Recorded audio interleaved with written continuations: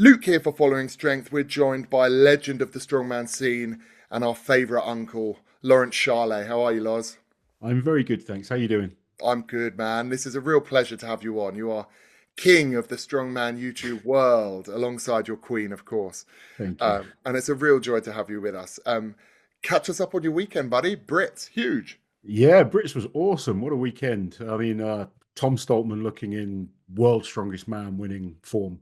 He was unbelievable. Came in really well prepared. Some great performances all round. Just a few that stand out for me. Gav Bilton. Gav Bilton deserves some respect because he's up and down. We've always known how much potential he has and how good he is. And he's a heart on the sleeve type of guy. So we all love him for it. But I'm one of those guys that I'm always going to be honest about people's performances, and I've been pretty harsh on Gav in the past in some shows where he hasn't done so well. He smashed this one, and I with Gav, he's in shape when he's really gritting his teeth and trying. There are times where he's given up in the past. I looked in his eyes this weekend when he was deadlifting that 6 rep, and I was like, that's what I want to see from him. As a fan as well, like someone who likes him, you want to see him doing what we know he's capable of. And his head was in a good place, and it was just so cool to watch. I can feel it now. I'm getting like goose pimples thinking back to some of the moments because I, I love Gav. He's just a great guy. And when you see him do well and you see that he wants it and he's trying, you start to believe the things he says. Sometimes in the past, he says things and you're like, I don't believe what's coming out of your mouth. Whereas this weekend, it's like, yes, that's what I want to see. That's going to make me believe that this guy can achieve big things. So it was really good to see him do well. Paddy's, just getting better all the time. Seeing Bish back in shape after what wasn't a great year last year, and obviously the year before he got injured. Really good to see Bish in top shape again. Oh, it was a joy. And one thing that struck me about Gav was I was in the stands and I noticed before the bag toss, he was out there lining up every bag, going over every inch, looking at every angle of every throw. And I did think there's a man who's taking it seriously. Yeah, yeah, Very impressive. And yeah, as a mate of Bish's, I was over the moon yeah. It's to just see him good to smash see. I it. mean, especially for like the older guys, it's nice to see the guys kind of 40-ish doing well still. So it was really good. Oh, it was a joy. And I think right off Paddy at your peril. He's just getting better all the time. Mm. One of the kind of the main scandalous moments of Brits, and I wanted your thoughts on it. I know you covered it on Sunday. Was that moment when I felt like my boy Ben might have been done dirty a little bit by a refereeing decision? What was it like being there? Because you were literally like a meter away. Well, I didn't have the best view because I was kind of like behind all the TV crew, and it gets pretty busy out there. So I kind of wondered what was going on. I thought, what's going on? Where's Magnus going? I started shouting at Ben's like, keep going, just keep going. Because in my head as an athlete, this is where I guess I'm useful to athletes. I'm thinking, worst case scenario, we can watch it back and give him the rep if he gets, another rep in that kind of time. So I was just like shouting at Ben just to keep going. I didn't really know what Magnus was doing or anything like that. Obviously, Magnus kind of gave his reasons of what happened. Since seen some footage that I just think Magnus fell asleep.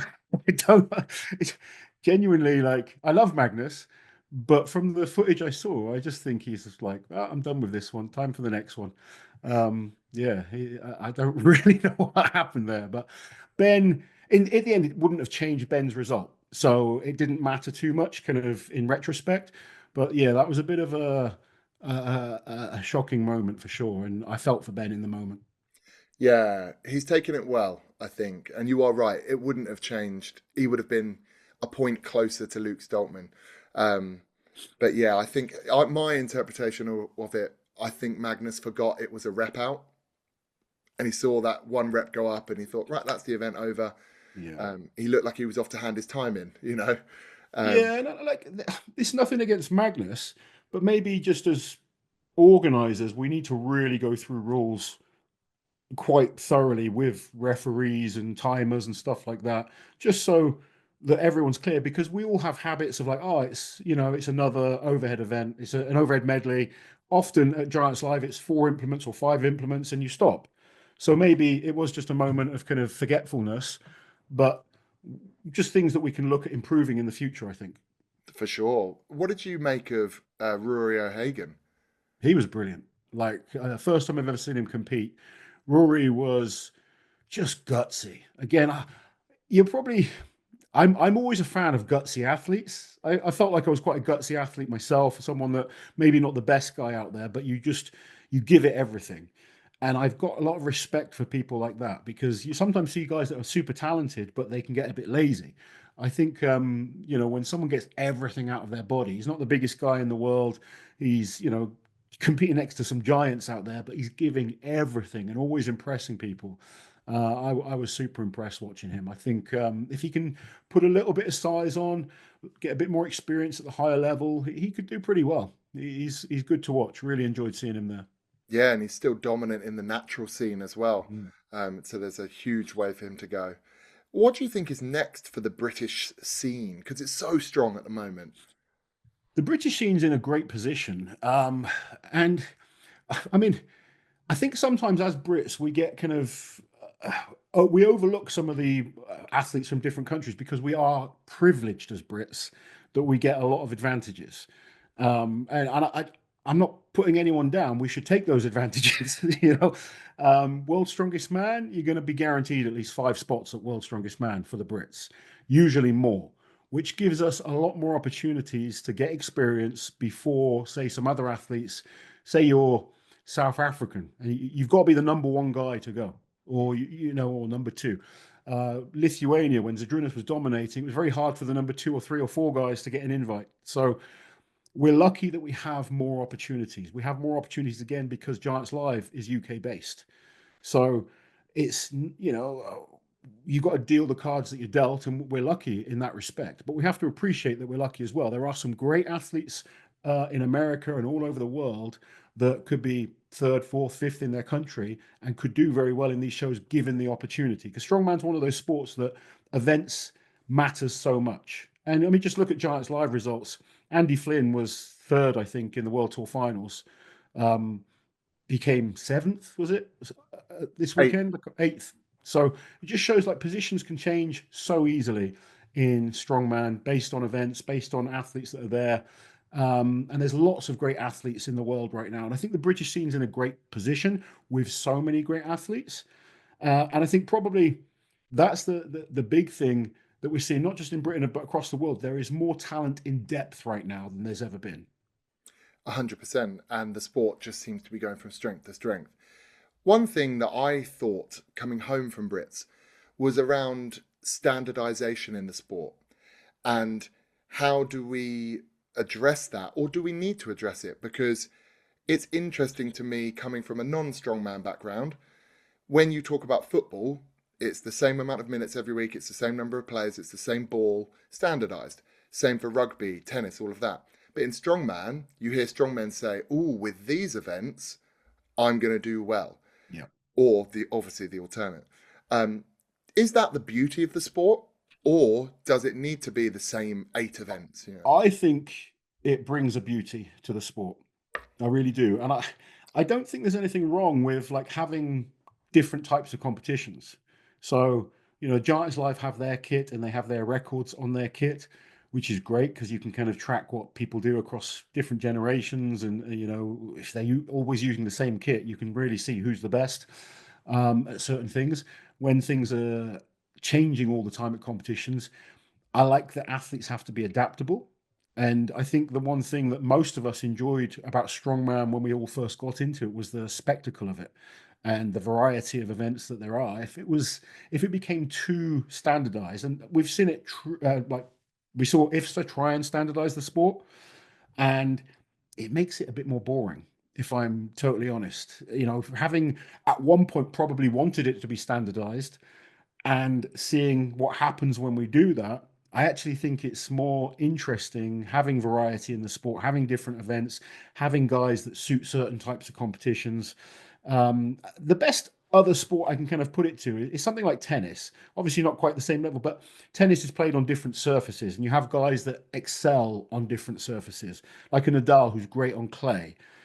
You've got like certain athletes out there that are great at certain comps. And I mean, at the moment, you probably say some of the British guys are better at like the Giants Live type comps, and some of the Americans are better at the Shore Classics, stupidly heavy, brutal, barrel-chested American type events. You like the Lucas Hattons and stuff like that. Your Paddy might struggle against those guys in, the Arnolds or something like that. But Paddy excels in the more athletic events, the shield carries, the loading events, the deadlift for reps.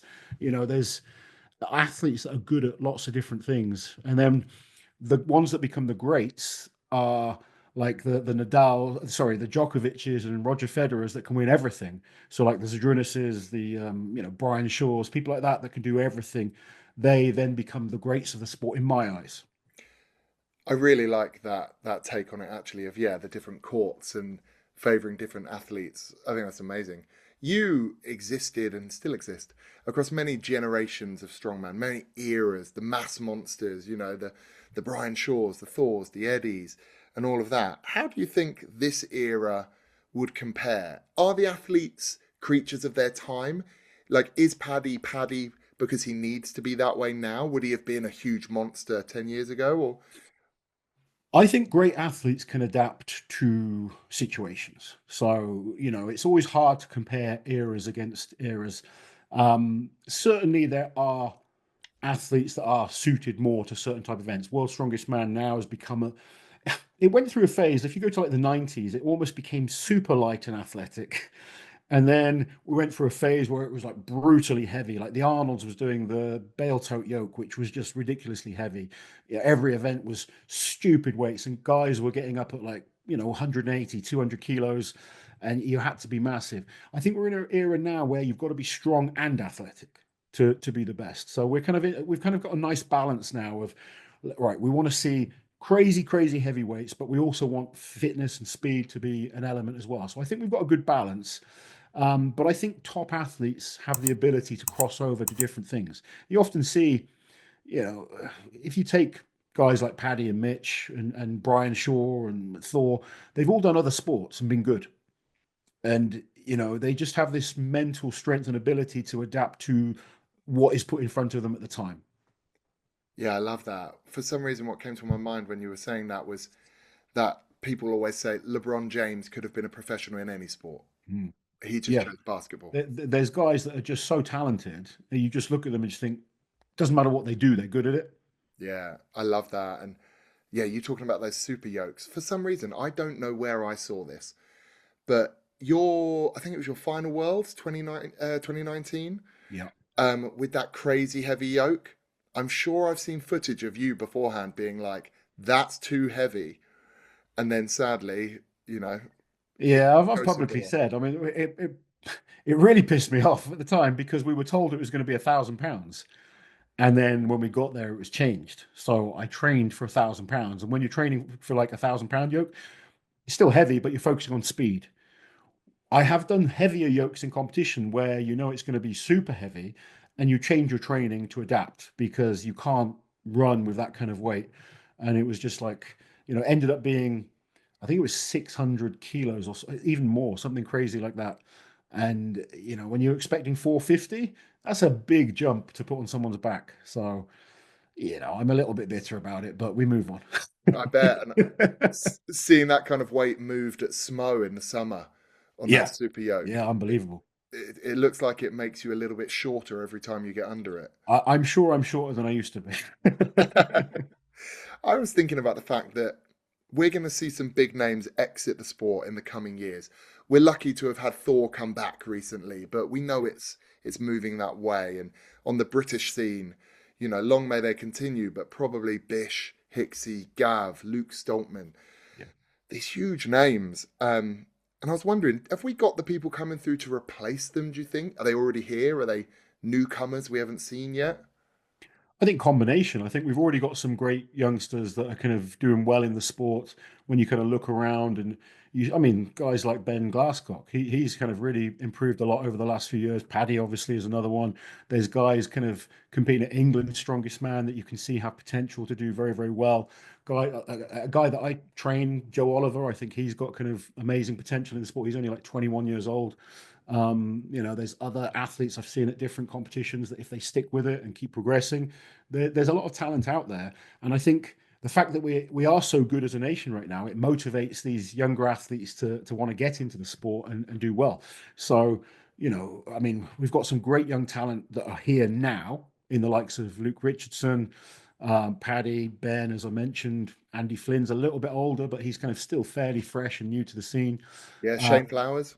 Shane Flowers, spoke to him this weekend, and he almost thinks he's like halfway through his career. So he's having a little mini break, and he's still got lots to give. And there's so many athletes. I mean, Jack Osborne, who I coach, who just broke the British log record, he excels in certain events, and if he can bring a few weaknesses up, he can do very well in shows.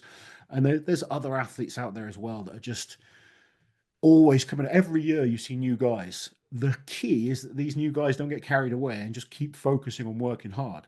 I see a lot of athletes that almost rush, try and get too good too quickly, and then they end up kind of drifting away and losing interest or getting hurt and not sticking with it.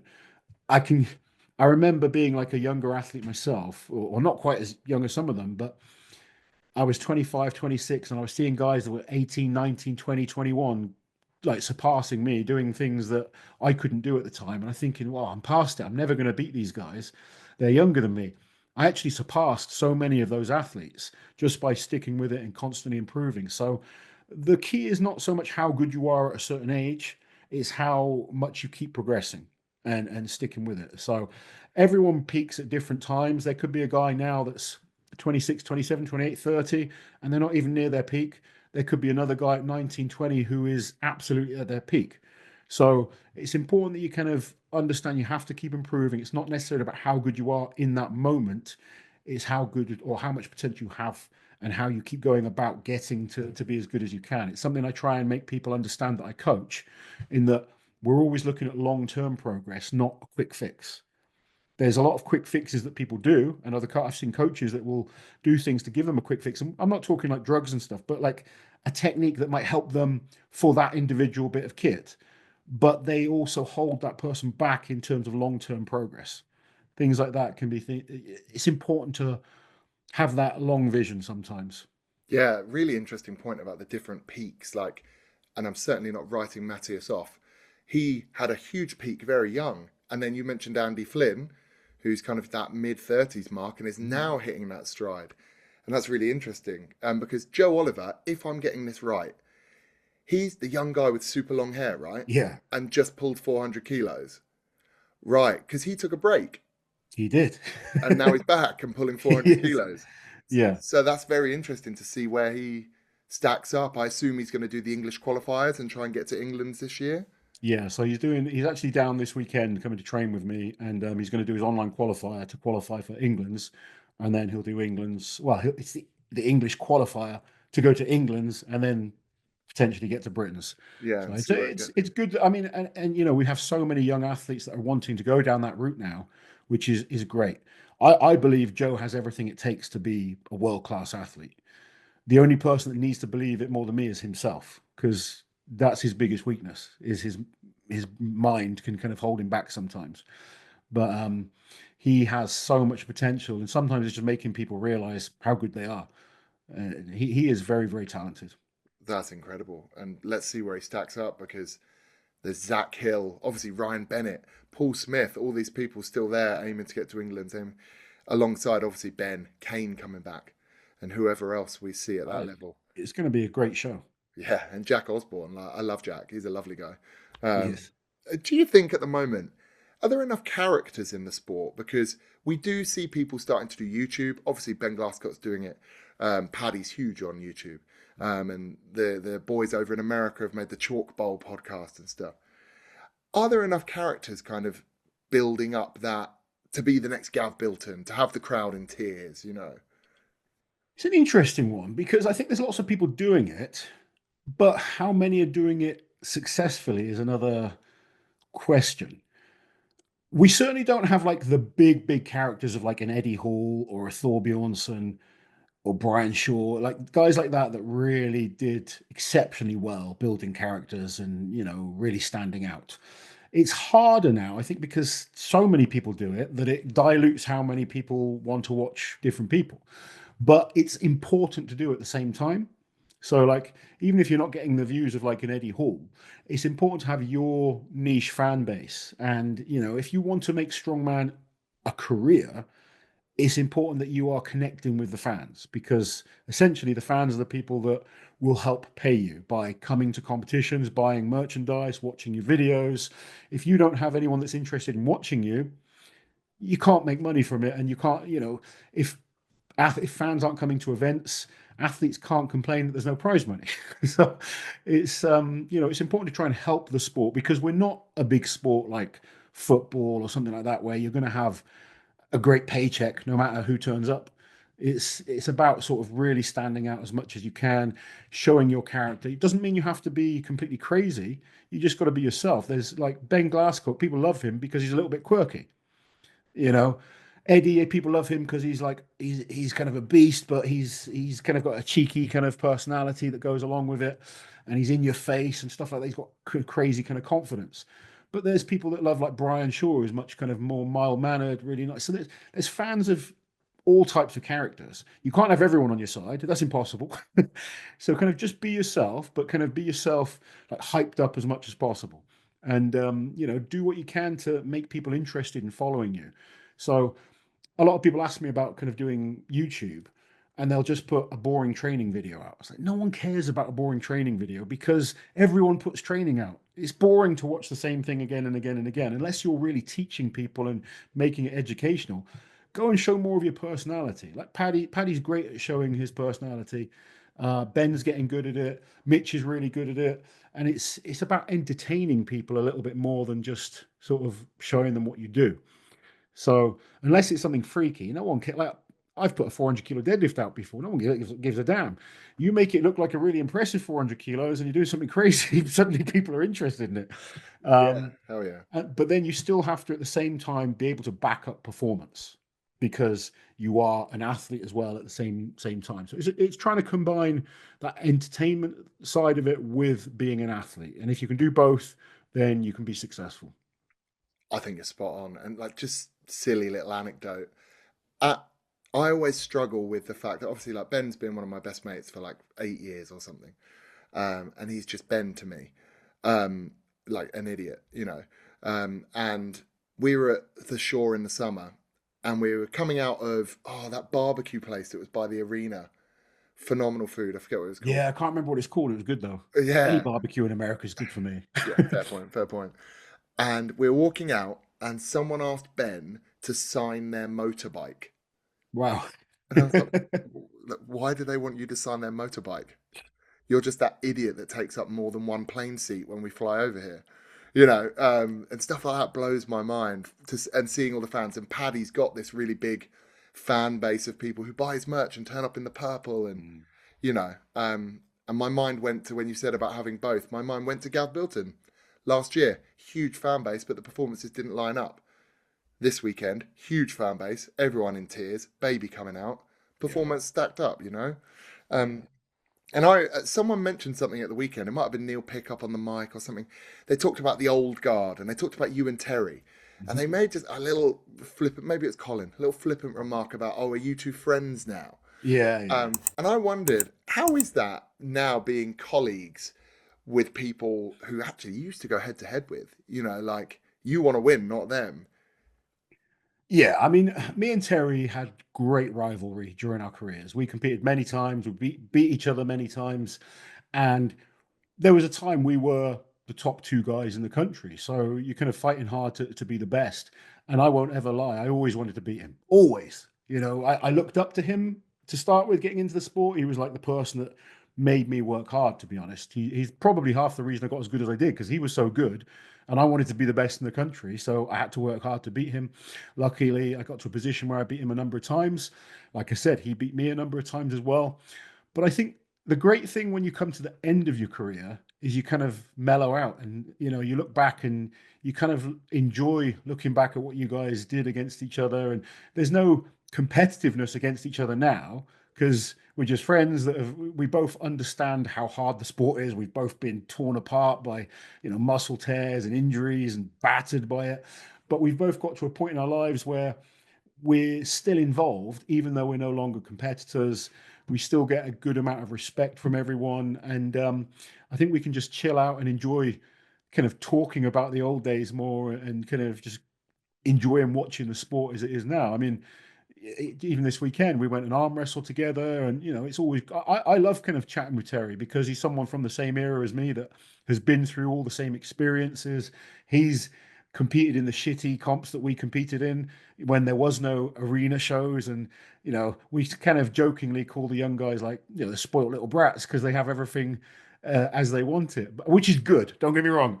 It's a great thing, but it's nice to have someone else that was around, when I was kind of coming through as well. And it's nice to see what me and Terry, and not just me and Terry, but Mark Felix and Eddie and many, many other athletes have done to just be part of helping improve the sport and get it to where it is today. Yeah, when you were talking then, I was thinking, will we ever see you and Terry across the arm wrestling table from each other? Maybe we will, because I know he's getting into Maybe, it. maybe. He's Um, getting very good though. So he's very, very good. I love arm wrestling, and well, I say I love it. My first love is strongman, and I'll never deny that. And I wish I could still compete at the top level, but I can't. And I just need something to do. So arm wrestling for me is fun.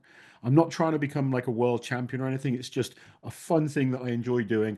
I've got two torn biceps and a torn lat, which are terrible for arm wrestling, but I'm just trying to get as good as I can.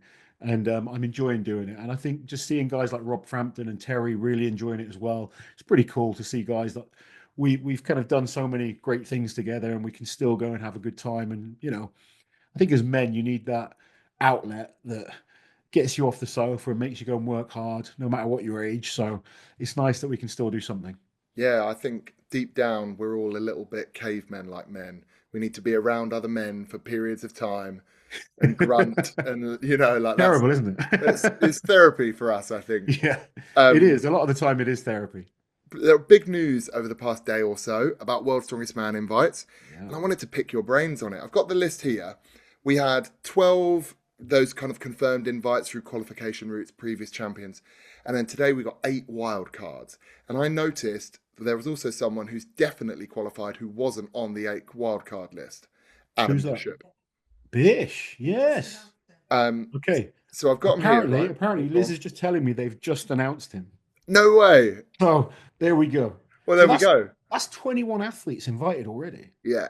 And on my list, so we got them hit like Tom Steltman, Mitch Hooper, Rainer Nell, Andre Foytu, Andy Flynn, Evan Singleton, Martins, Matt Ragg, Luke Richardson, Jacko, Bryce, Paddy, Luke Stoltman, Nick Guardione, Trey Mitchell, Lucas Hatton, Josh Pataka, Austin Andrade, Evans Nana, Eddie Williams, and the wonderful Adam Bishop.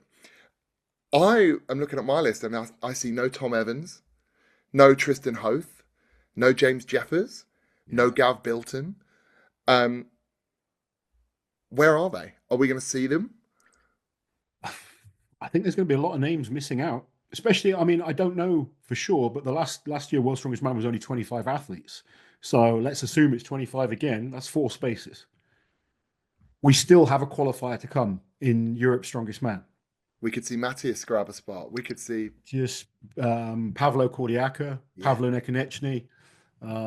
There's a few other guys competing in that show that haven't qualified. So it's going to be interesting. There's going to be some big names missing out. Can you like enlighten us? And I don't want you to share any kind of state secrets. How are things like wildcards decided? Is it Darren Sadler and the Giants Live guys picking that? Is there a greater committee above that? There's a committee of people that do it. So there's a couple of people involved with IMG. They do talk to Darren Sadler and Colin Bryce, who do have a say in things.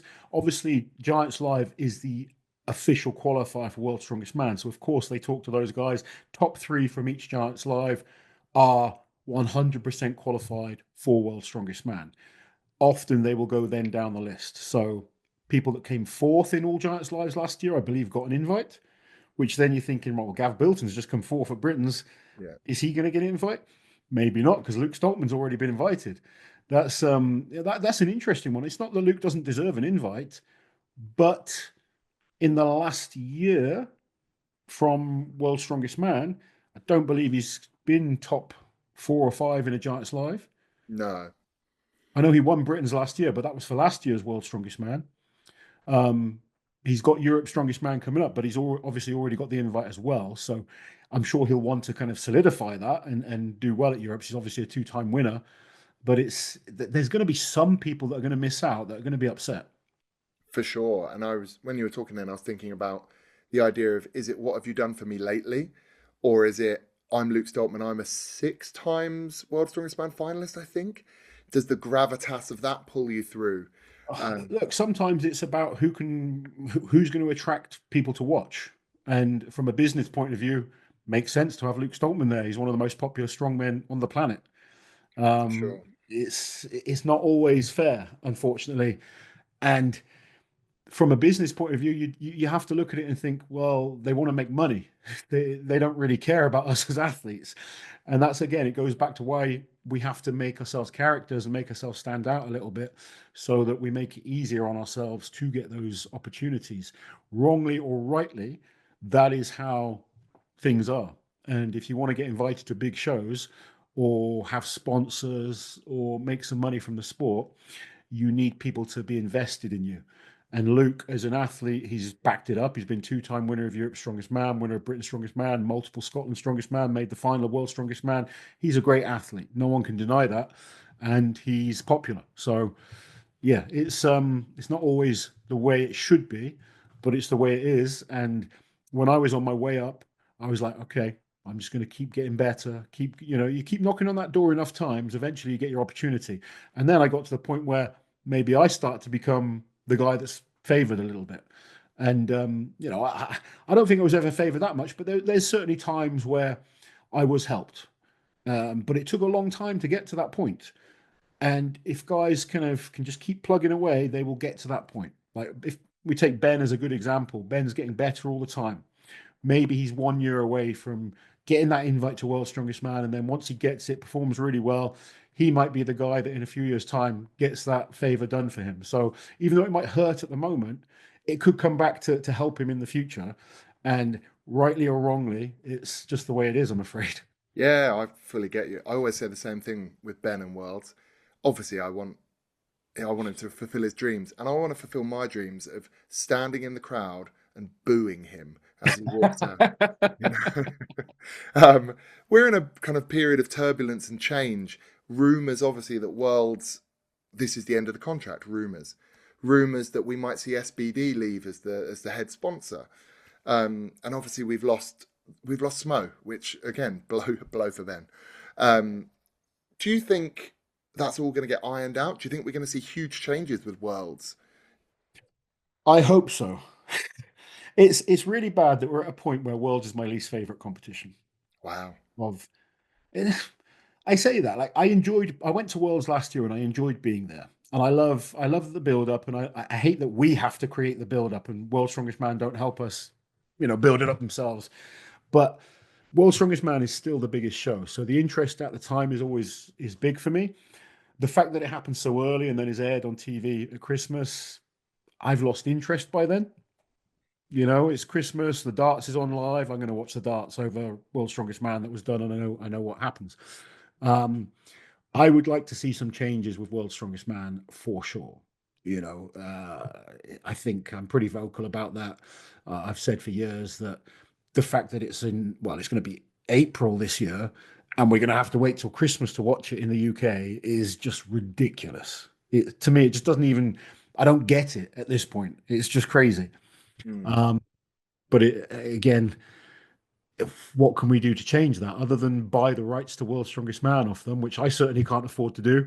Nothing. So we'll keep kind of trying to promote the sport as much as we can, enjoying all the other shows, still promote World's Strongest Man, because World's Strongest Man is without question the most popular show. Maybe not within the hardcore that follow the sport regularly, but for the people that just watch once a year, and you ask someone who the World's Strongest Man is, they're going to say, the people that have won World's Strongest Man. They might not know the guy that's won Strongest Man on Earth or the Arnolds, but they'll know who the World's Strongest Man is. And it's why so many athletes still want to win that title, and it's seen as the number one title to win. It's so coveted. For me, side tangent. My favourite show that I've been to was The Rogue when it was at the Dell Diamond. Yeah, that I was love good. that atmosphere, man. Like the baseball stadium and Yeah, oh, it was incredible. I I, love that. I And I really enjoyed it over there. That was good. yeah, I didn't think I went to it in Scotland year one. Very different, very different. Different. It was a great arena in Scotland, but I enjoyed. Yeah, I got to say, in Texas, it was pretty cool. Yeah, hell yeah. Even though it rained randomly, I was like, we're in Texas. Why is it raining? Yeah, typical. They had Um, snow recently, though, didn't they? yeah, fair. I was thinking around kind of your roles now. What would you say is your main job now? Are you a YouTube content creator? Are you coach? Are you, No, you my main job is a coach. cool? That is my full-time job. Every day I'm coaching. That takes up my main focus. YouTube is like a supplementary backup, but unfortunately we're not making enough money to live off YouTube. I wish we were. Still, we're a very niche sport and a niche channel within a niche sport. So it's it does okay. It makes a little bit, but it's certainly not enough to live off. And then I do commentating, analysis, promotional stuff, do a few things for various different kind of sponsors and stuff. But my main job is that I run a coaching business. That's my main focus. Well, and as a coach, you coach some of the most prestigious athletes around. Mitch Hooper, Andrea, like obviously Jack Osborne and others. How did you fall into that? Because the rumor I heard way back when was that Mitch kind of toured around coaches. There was a rumor that he spoke to Dan Hipkiss and stuff.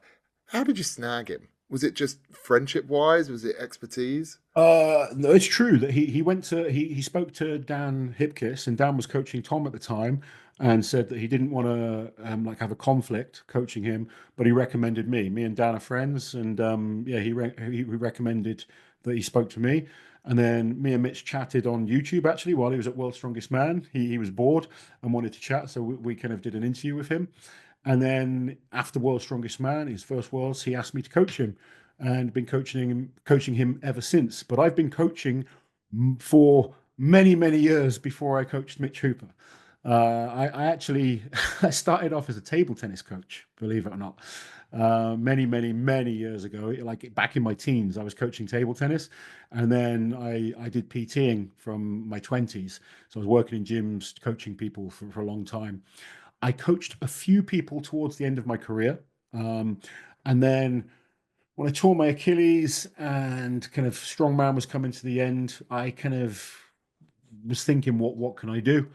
Didn't want to go and get a proper job. um, don't really feel like I had a lot of jobs kind of doing my strongman. I was never like really a full-time strongman. I kind of did a lot of things to supplement strongman, but strongman is what I love doing. I kind of just from a young age, I always wanted to be an athlete, and doing anything else felt like a failure to me. So I just ridiculously somehow made a career of doing strongman. Not making much money, but I got by. And then I had a decent year in 2016. And then after winning Europe's Strongest Man, managed to pick up a bit of sponsorship and a few other things, and started to just make enough to get by okay on. And then when I finished World's Strongest Man 2019, tearing my Achilles, I was just devastated. I was in a bad mental state, really didn't know what I could do. And then support from my wife, she sort of gives me a good kick up the backside to kind of get myself up, and what are you good at? What can you do? You've been coaching for a long time. Let's kind of look at maybe doing a little bit of online and in-person coaching. And I very much enjoy in-person coaching as well as online coaching. Get more out of it, to be honest. But it allowed me to work with a lot more people around the world and make more of a business of it by going online. So I focused on doing that, and very quickly got a few clients and started to get some good results. And then started to pick up some good athletes as well. And obviously, when you start getting good athletes, people kind of take notice. And obviously, coaching Mitch has been great. Coached him to win World's Strongest Man and everything else in the sport. I mean, how many podiums has Mitch been on now? I've lost 20 track of odd? how many. Yeah, loads. And I think I was a good fit for Mitch as well. And we became great friends as well as coach and client. And we talk very regularly. And I do with like other clients. I mean, Rebecca Roberts is someone I get on so well with, and I enjoy coaching her. and I still believe she can be an incredible athlete. Unfortunately, she's been going through some stuff at the moment, but once she gets her head right, she's going to be phenomenal again.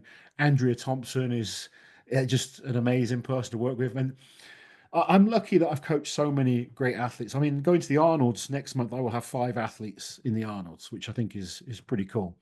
I've coached 10 different world champions across different classes, and I've probably coached over 1,000 podiums at this point in strongman competitions. So I believe I'm good at what I do. Um, I would like to give some people more time than I do, and I'd probably like to get to a point where I could train less people as long as I was financially secure. It's just unfortunately I live in a very expensive country, as you know, and it's tough. But I enjoy seeing people of all levels improve. I have athletes that are world champions, and I have athletes that are very new to it and just wanting to make progress and just get stronger and have better quality of life. So, and I use strength training to help people in many, many ways. And it's very rewarding. It's something I probably spend far too much time on my phone and get told off by friends and family sometimes because I do put my clients first. But it's important to me, and I want to try and give the best service that I can. Oh, from the outside looking in at little bits and hearing you then talk about Rebecca and stuff, one thing that's really evident is actually, I think, how much you clearly supported Mitch through his personal struggles. That really came across in all the content and little snippets that you saw here and there. Um, and that side of coaching, I think people don't really think about that often, that you're more than just sets and reps. Yeah, You very kind of, much so. I mean, coaching is it's a tough sport. It's a tough sport. It's a tough thing to do because, especially nowadays, people chop and change coaches all the time. And you do what's important with coaching is to create a relationship and understand that person. And if we take some of my pros as examples, the way I treat Mitch and the way I treat Rebecca are completely different because they are different people and they respond to different things. So it's, understanding, the more you sort of understand them as people, the easier it is to work and get the best out of them. And I'll say this to anyone, your first program off me is not going to make you a world champion. And this is where a lot of people, and I'm not even talking about me, just coaches in general, because a lot of people are very choppy and changey with coaches. They're like, I have one coach this week and someone else the next one. I've seen people kind of flip between 10 different coaches. At that point, you start thinking it's probably not the coach's fault. You're doing something wrong yourself, or you're just not hearing what you want to hear. And most of us will be telling you very similar advice in terms of training. But then, kind of talking to people and adapting things and listening to them and understanding that they are a person, not a robot, is super important. And it's probably a big advantage that I was a high level athlete and still I had my insecurities. I had moments of self doubt, problems in my life that affected training. When you understand all that, you can understand other people and understand that they're not a robot that can just do exactly what you want them to do every single moment of every day. So it is important to understand the person as well as how to train them for their competitions and how to get stronger. I think that is going to ring true for so many people, whether they are coaches or athletes, whether they are the person who's changed coaches 10 times and might be realizing that they're the common denominator in that issue. Um, The other thing I'll say as well is finding the right coach for you. For some people, I might be the perfect coach. For other people, it might be someone else. And there's nothing wrong with that. We're all different people. We all get on with different people. We have different philosophies. It's just, I won't deviate from my beliefs and philosophies just to please someone. So, if what I do fits you as a person, then great. We're going to be a great fit. But it's not to say I'm right for everyone. yeah, fully get you. In my kind of my day life, I'm a gym owner, and I meet a lot of young guys and girls who are really ambitious with their sporting achievements. They want to go far. They want to be kind of where Joe Oliver might be. Maybe making that leap and that jump. Um, and a lot of them always talk to me about the fact that they feel kind of stuck on the periphery. That level of they're doing local comps. Hampshire's strongest, Oxfordshire's strongest, but and how do they make that leap? And I wondered, like, what do you think is important for those people to focus on? Two things. One, I mean, if we're talking about people just competing in comps and wanting to compete at a higher level, win the comps that you're competing in. Like I've seen far too many people that they might go to Oxford Strongest Man and come eighth and be like, I want to compete at Europe's Strongest Man and Giants Live. Let's understand your level and let's win at that level first. And it sounds harsh, but I see it far too often.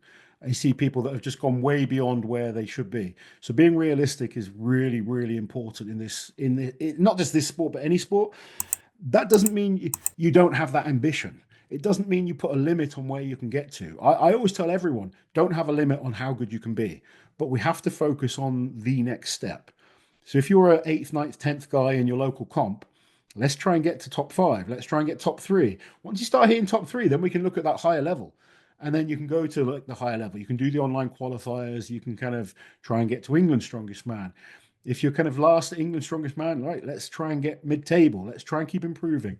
Don't just think you can go from the bottom to the top because it's a very, very hard sport. Like, strongman is brutal, and far too many people think it's easy.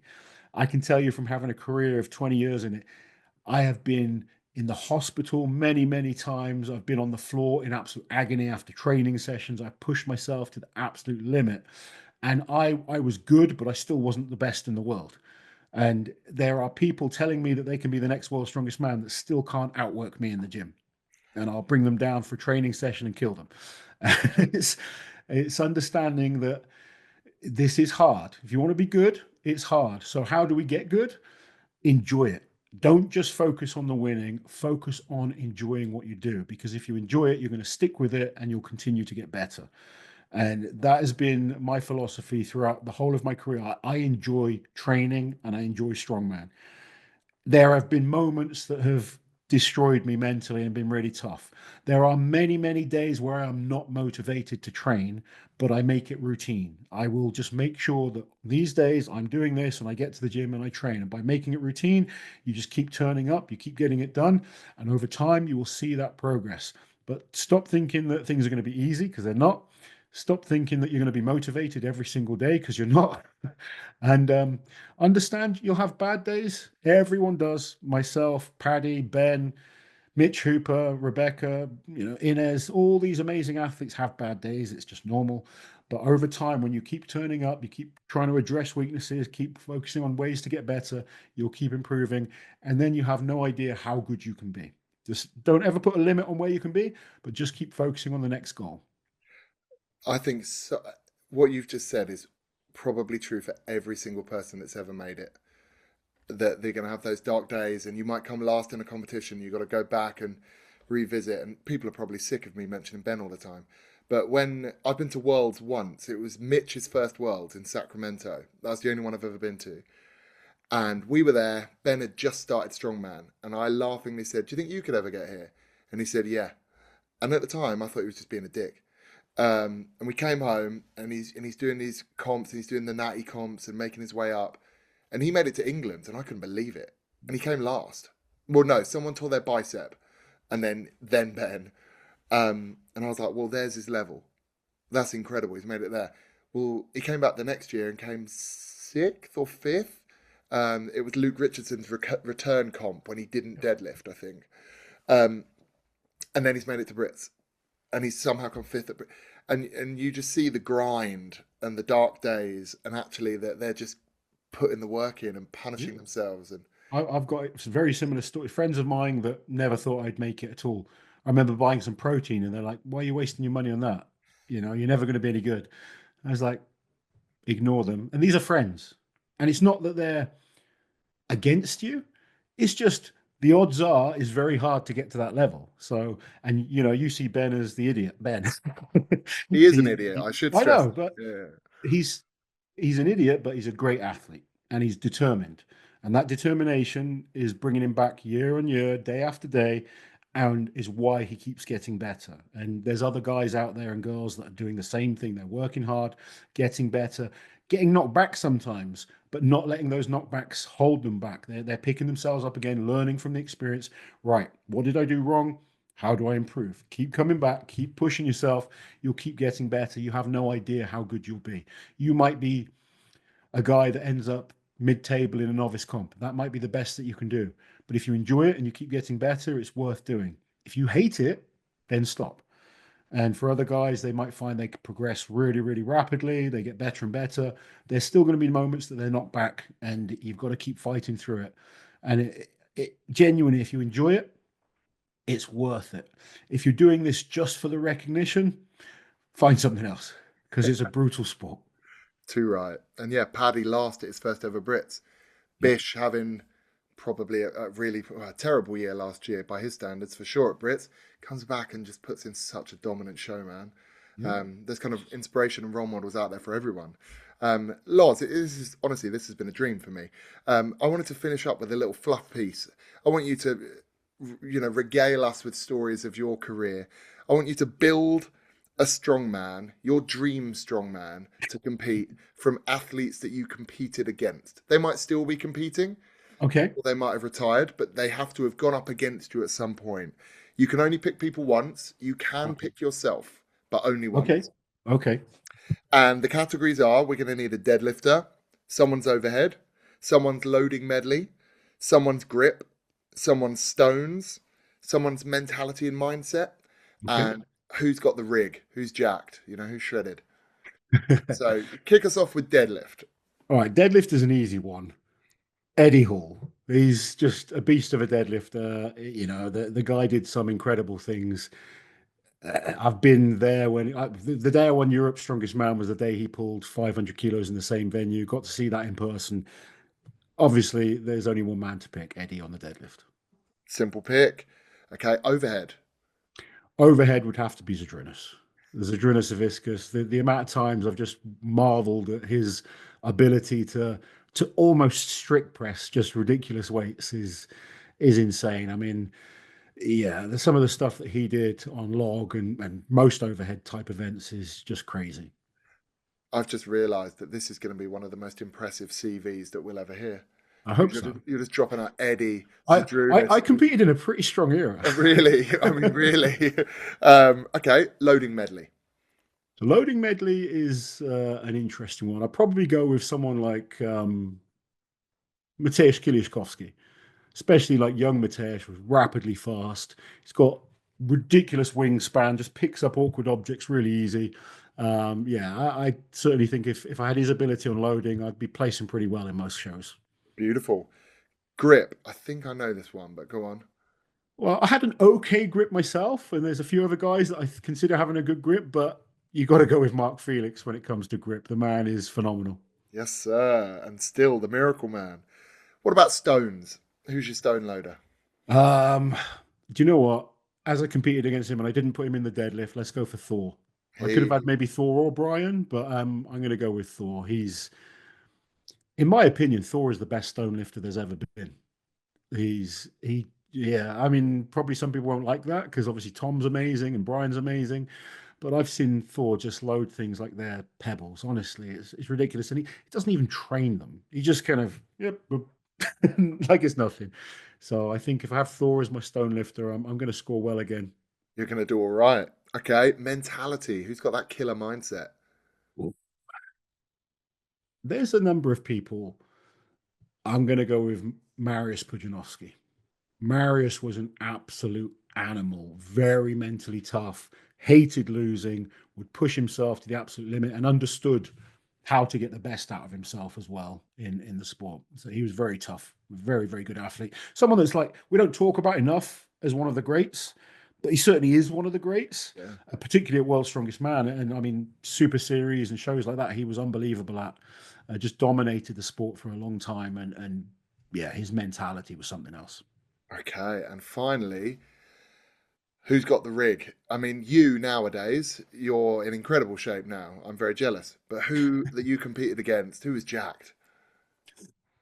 Well, I've taken Marius out there, so I can't have Marius. Obviously, he's ridiculous. I think Derek Poundstone looked absolutely epic. He was an absolute beast. So let's put Poundstone in there. That is an incredible strongman CV right there. I can't believe it. And you didn't pick yourself at all.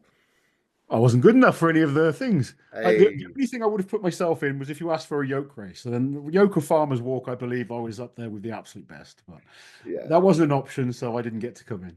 Oh, humility at its finest, mate. Loz, thank you so much. This has been a real joy. And I think everyone that's watched it is going to have agreed with me. Thank Thank you. you so much for your time. No worries at all. It's been a pleasure.